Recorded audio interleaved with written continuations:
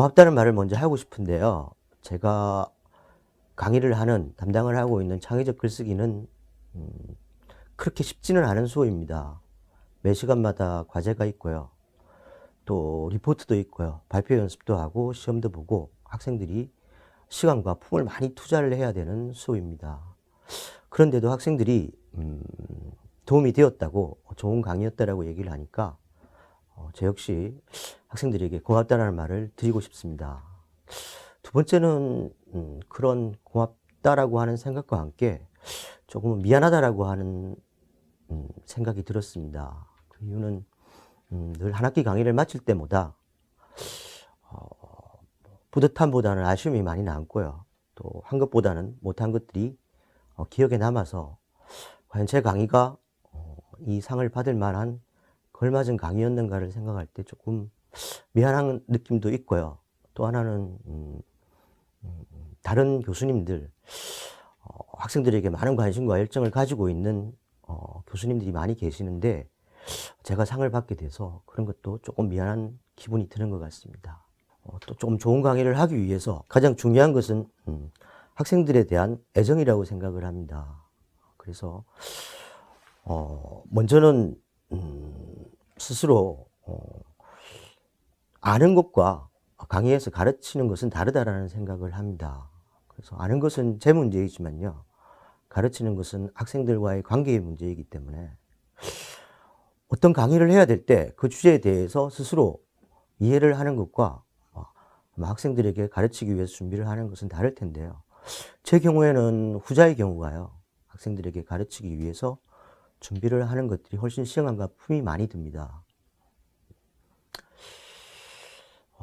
특히 제가 담당을 하고 있는 창의적 글쓰기는요.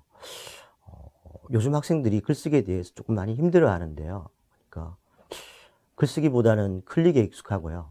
또 문자보다는 이미지에 익숙하기 때문에 학생들이 쉽게 관심을 가지기도 하고 달아오르기도 하지만 또 쉽게 실증을 느끼기 때문에 가능하면 글쓰기를 조금은 쉽게, 조금은 재미있게 가르치기 위해서 노력을 합니다. 늘 수업을, 강의를 준비하다 보면 일단 제가 이해를 하게 되면 학생들을 위해서, 학생들 강의를 위해서 다시 그것을 쉽고 재미있게 하는 부분들은 조금 등한시하기 마련인데요. 제 경우에는 제가 이해를 하고 있는 것, 제가 알고 있는 것들을 학생들에게 어떻게 하면 쉽게 재미있게 설명을 할까라고 했을 때 그것들을 가능하게 하는 것들은 애정이라고 생각을 하고요. 질문을 정말 구체적으로 애정을 가지고 있는 게 뭐 있느냐라고 얘기를 하실 때는요. 저는 다른 선생님들도, 다른 교수님도 아시는데 가능하면 특히 외국인반이라서요. 강의가 시작되고 가능하면 빨리 학생들의 이름을 다 기억하려고 합니다. 예, 그래서 그러한 부분에서도 학생들에게 조금이라도 전달되기를 바라는 의미에서 그렇게 하는 것 같습니다. 창의적 글쓰기는 쉽게 얘기를 하면 글쓰기 수업인데요. 글쓰기의 가장 기초에 해당되는 수업인데요. 창의적 글쓰기는 크게 기초와 실제로 나누어지는 것 같습니다. 그래서 기초는 맞춤법, 띄어쓰기, 외래어 표기법, 문장 같은 것들이 있는데요. 흔히 기초는 조금 중요하지 않다. 그걸 대학교에서 배울 필요가 있느냐라고 얘기를 하는데요. 만약 글이라고 하는 게 하나의 집이라고 한다면 기초는 그 집을 짓는데 기초가 되는 공사와 마찬가지이기 때문에 창의적 글쓰기를 위해서는 꼭 필요하다고 생각을 합니다. 그 다음에는 실제 부분이 있는데요. 실제 부분은 리포트, 감상문, 또 리뷰, 발표문, 또 광고문이나 나에 대한 글쓰기 등 다양하게 대학에서 이렇게 글쓰기를 해야 되는 부분에 대한 것들을 연습을 하고 실제로도 쓰고 또 생각도 해보는 그런 과정들을 거칩니다. 예. 그리고 효과적으로 수업하기 위한 방법은 다른 것보다는 저는 글쓰기 수업인데도요. 가장 중요한 것은 학생들 스스로가 자신의 생각을 정리를 해서 자신만의 글을 쓰는 것들을 가르치는 것이 가장 중요하다고 생각합니다. 그래서 어떤 때는 이 강의를 하는 사람이, 수업을 하는 사람이 제가 가르치는 사람이 되기보다는 운영을 하는 사람이 되는 것이 좋지 않을까. 그러니까 제가 무엇을 하라고 가르치는 것보다는 학생들 스스로가 생각을 하고 또 자신의 생각을 정리해서 자기만의 글을 쓰게끔 하는 것이 글쓰기에서는 필요한 수업 방법이라고 생각을 합니다. 창의적 글쓰기 수업은 수업과 시험, 리포트를 제외하고도요. 그러니까 수업 외 시간에 2주 동안 학생들에게 개별 면담이라는 과정들이 있습니다. 그것들은 학생들이 학기 중에 글을 썼던 걸 가지고요. 그러니까 뭐 제가 그 학생들의 글이 어떤 문제점을 가지고 있고 어떤 장점을 가지고 있고 어떤 점을 고쳐야 되는가에 대해서 설명을 하는 것인데요. 그러한 과정들이 학생들에게는 개별적으로 이렇게 지도가 되니까 많은 도움이 되는 것 같고요. 특히 글쓰기에서도 도움이 되는 것도 있고요. 제가 주로 맡는 반이 외국인 학생반인데요. 외국인 학생들에게는 그 글을 개별 면담하는 것이 물론 글을 개선하는데도 도움이 되지만 개인적으로 대학 생활이나 한국에서 생활을 하는데도 도움이 되는 것 같습니다. 글쓰기 수업이 조금은 아까도 말씀드렸지만 어려운 수업이고요. 특히 학생들이 글쓰기에 대해서 힘들어하는 경우가 많으니까 가장 많은 코멘트들은 아까도 뭐 강의평가나 이런 부분이 아니라 제 수업 같은 경우에서는 개별 면담을 통해서 학생들과 이렇게 얘기를 많이 하는데 가장 많이 얘기를 하는 것은 글쓰기가 너무 어려워요. 어떻게 하면 글쓰기를 잘할 수 있을까요? 이러한 질문들을 하는 것 같아요. 그러면 뭐 그 학생의 특징에 따라서 또 그 학생이 어려움을 겪는 부분 또 질문을 하는 부분에 따라서 조금씩은 다른 얘기를 하지만요. 뭐 가장 학생들에게 많이 하는 얘기는요. 저 같은 경우는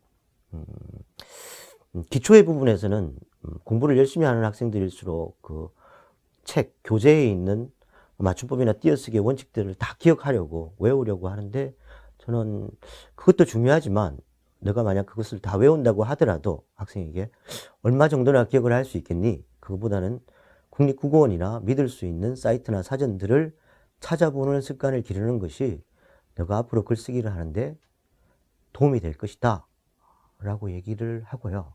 또 실제의 부분에서는 가장 많이 하는 얘기가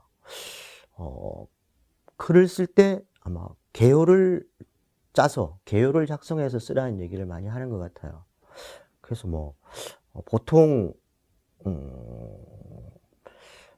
책이나 교재에서는 글을 집짓기에 비유를 하는데요. 저는 학생들에게 보통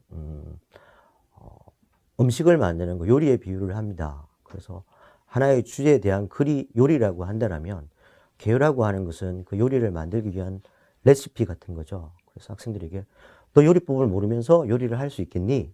그러니까 귀찮고 번거롭더라도 레시피를 만드는 것들이, 개요를 짜는 것들이 필요하다는 얘기를 자주 많이 하고요.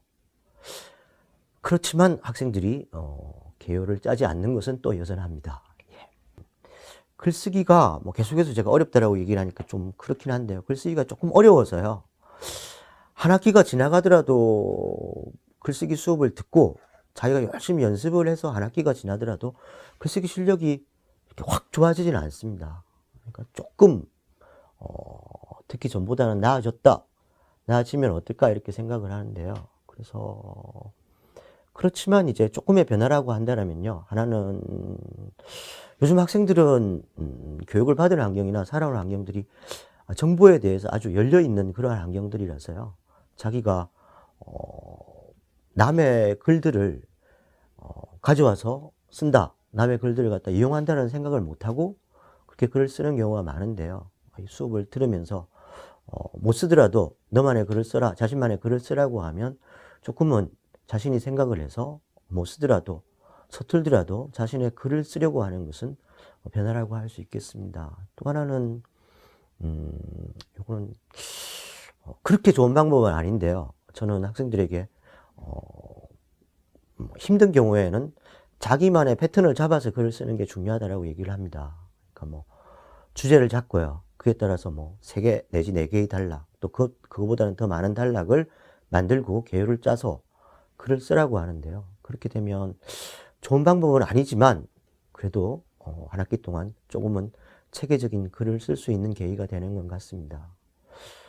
또 하나는 요건 외국인 학생들에 대한 얘기인데요. 외국인 학생들은 글쓰기도 많이 힘들어하고요. 성균관대학교에서 공부를 하는 것을 많이 힘들어합니다. 특히 제가 외국인 학생들을 가르치면서는요. 보통 외국인 학생들이 쓴 리포트나 글들을 제 수업이 아니고 다른 수업들에서 이렇게 제출을 한 것들을 교수님들이 읽어보시면요. 제가 정확하게는 모르겠지만 아마 읽을 것 같아요.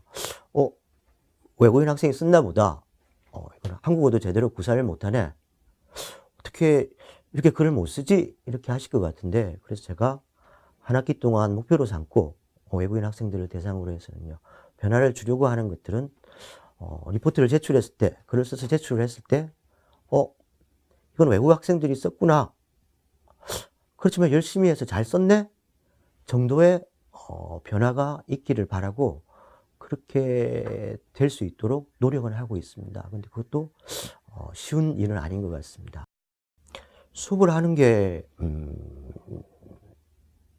조금은 이제 시간이 지남에 따라서 더 힘든 것 같습니다. 그것은 이제 학생들과 연배 차이가 점점 생긴다는 것도 있는 것 같고요. 또 하나는 이제 학생들이 커온 과정이나 교육을 받아오는 환경들이 예전과는 많이 다르기 때문에 제가 조금 못 따라가는 부분도 있는 것 같습니다. 그래서 조금 학생들에게 도움이 되는 강의를 하기 위해서는 예전보다 더 많은 품과 더 많은 시간들을 들여야 되는데 그것을 위해서는 이 상이, 제가 받은 상이 좋은 계기가, 좋은 자극이 될 것 같습니다. 또 하나는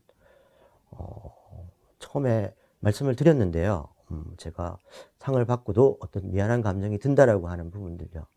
그래서 뭐 제가 창의적 글쓰기를 담당을 하고 있는데 창의적 글쓰기를 담당하시는 다른 교수님 가운데서도 저보다 더 많은 관심들과 열정들을 가지고 학생들을 지도하면서 또 그렇게 좋지 않은 여건들 속에서도 정말 열심히 하시는 교수님들이 많이 계셔서요. 괜찮더라면 제가 이 상을 받은 것이 그분들을 대신해서 상을 받았다라고 생각을 하고 싶습니다.